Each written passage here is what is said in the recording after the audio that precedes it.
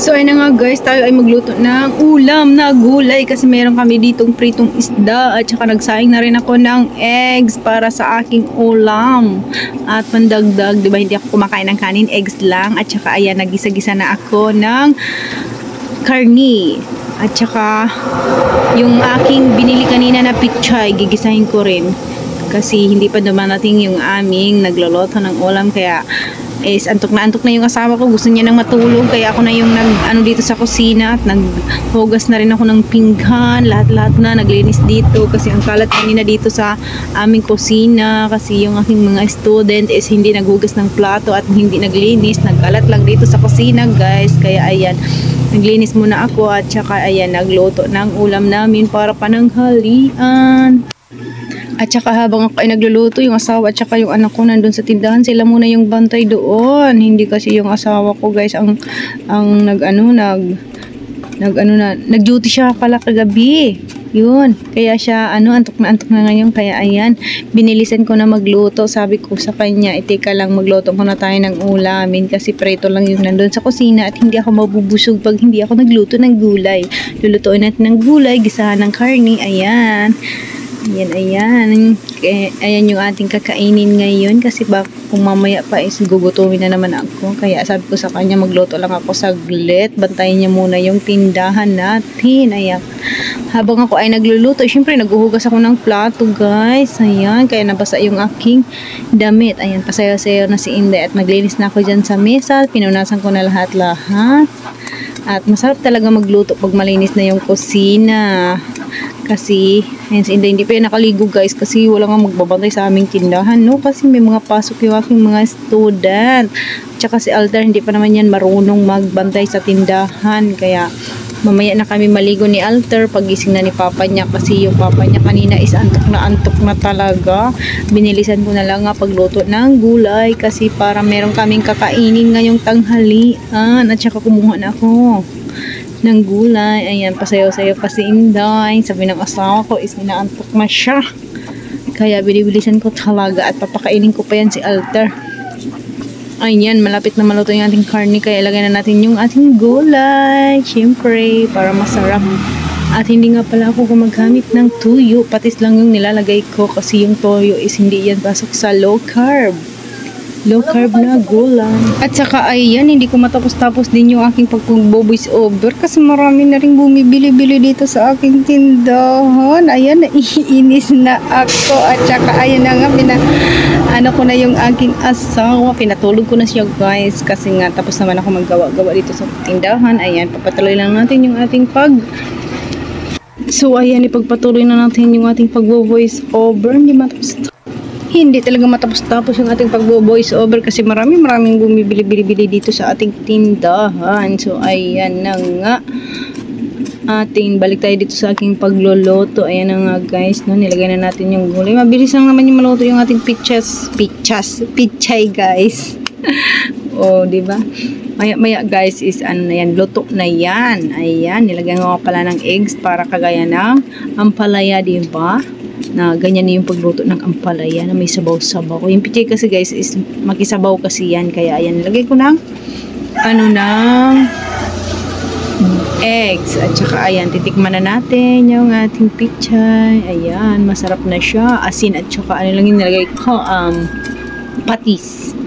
Ayan, pasok na yan sa low carb, kaya ayan, sinandukan ko na yung aking anak at papakainin ko na siya kasi mamaya nga is maraming delivery dito sa ating tindahan. At saka ayun, yung asawa ko, pinakain ko muna bago siya patulugin.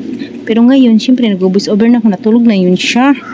Ayun yung aking anak, papakainin ko muna siya ngayon kasi pag na-stop yung pagpasubo mo sa kanya guys is hindi na yung gaganahan pagkain mamaya kasi mamaya is marami na namang dito sa tindahan is patakbo-takbo na naman ako kasi di ba Wednesday ngayon, maraming delivery pag Wednesday, sabay-sabay silang lahat mag-deliver dito sa ating tindahan. Unang delivery, Winrocks. Second delivery, Coca-Cola delivery. Third delivery is beer, Grande Red Horse. Fourth delivery is next nag-deliver sa atin? is yung Virginia, mamaya pupunta dito, at saka yung Camel, at saka yung Marlboro. O, diba? Ang dami nila. Mangiyak-ngiyak na naman ako sa ating mga bayarin dito sa ating tindahan. Pero okay lang yan, guys. Tuloy pa rin ang buhay at tuloy pa rin yung ating pagtinda. Kahit tayo ay nabibitin-bitin sa ating mga bayarin araw-araw. Ayan yung first, second delivery dito sa ating tindahan. Kaya ako naman ang kakain. Rito isda. Gusto kumain yung aking anak mga kulit. May nag-deliver sa amin ng Coca-Cola. Pagkatapos ko magluto ng gulay. Saka magsaing ng itlog. Nakain ko na rin yung asawa ko. Kasi yung asawa ko is antok na antok na kanina. Kaya naantok. Wala kasi dito yung aming tagaluto. Ng super-apple. Saka sa kusina. Kaya ako na lang nagluto ng ulam na gulay. Tsaka siya is natutulog na. Yan. Buti na lang mayroon kami prito kagabi. Tapos yung gulay na lang yung ko. Niluto ko na yung umaga. Maaga ko napakain ngayon. Ayaw mag-fasting. Para mamaya mag-exercise na naman ako. Diba? Gulay.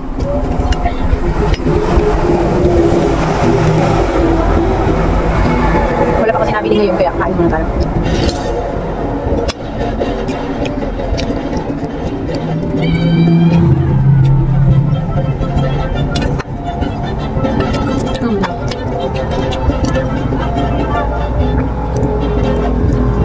Gulay.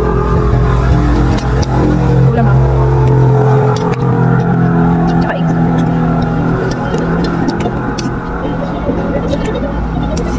Hindi ko ito maubos. Mamaya parang malian. Kainin ko rin ito marami. Hindi ako maubos. Kumuha lang ako ng marami kasi baka maubuhan ako mamaya doon sa kusina. Pagusog na kasi ako, nag-i-stop na ako pagkain. Hindi na ako nakain. Pag magusog lang ako, hindi ko naman mauubos yung mga pagkain na marami. Pag nagugutom ako, nakain ako. Pero walang kanin. Wala lang. Saka linaga na itlog. Gusto ka na nun.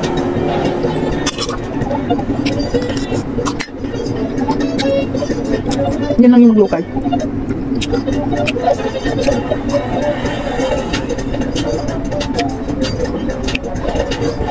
Hindi pa ako nakaligo. Ipulog na yung asawa. Umaya na lang.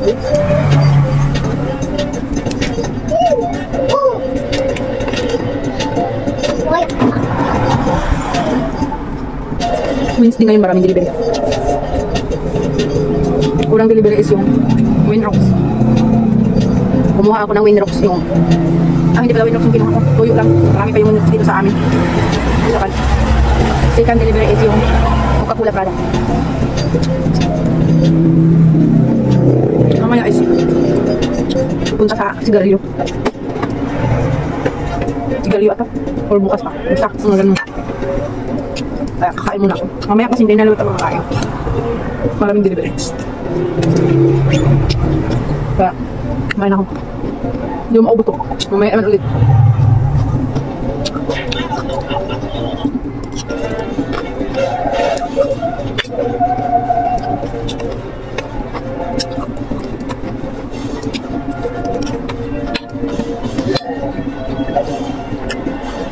Bulog na ako.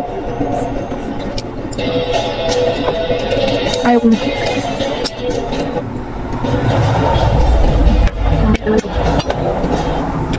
Balik mo na ako. Pero, GBI!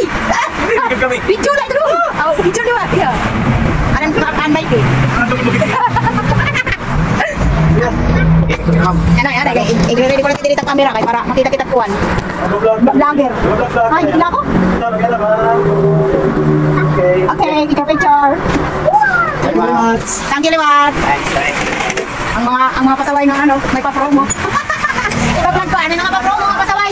Nangangaroin ko, Liwat, pa-promo Liwat, ito mga saris-saris. Naglulugarin ko, ibang bayan, at tumayin, tawanan mo. So, ayun nga guys, konti lang yung kinuha ko ngayon kasi baka wala nang ibayad next, ano natin na deliver.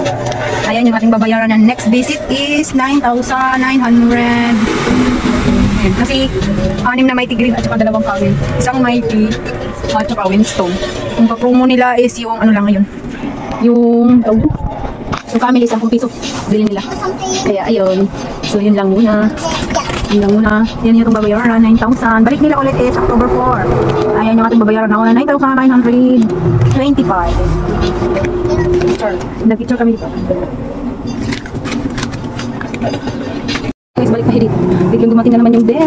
Pagkatapos ng mighty, ayan yung bear. Yung ating binayaran. Kumuha lang ako ng 10 case ng reward. Yun lang yung tiwang ko kasi baka wala tayong babayad mamaya. Punta kami isang panel pa last na delivery ngayong araw. Kaya hindi ko naantayan i-upload ko na itong video na ito. Dahil isang hari na wala pa akong upload. Kaya upload natin yan. Nagtapunta pa ako dun sa kapila. Nagkuha ko ng mga case ng mga red horse kasi wala kang tao dito. Ako lang tsaka yung aking anak na maliit. Ayan o ayan ang yung bintay dito sa ating tindahan. Kaya patakbo-takbo ako. Tapos marami pang nabili ng rapper. Tapos may tao pa. May ahinti pa. So diba? Ang anong hindi kanina? Haggard.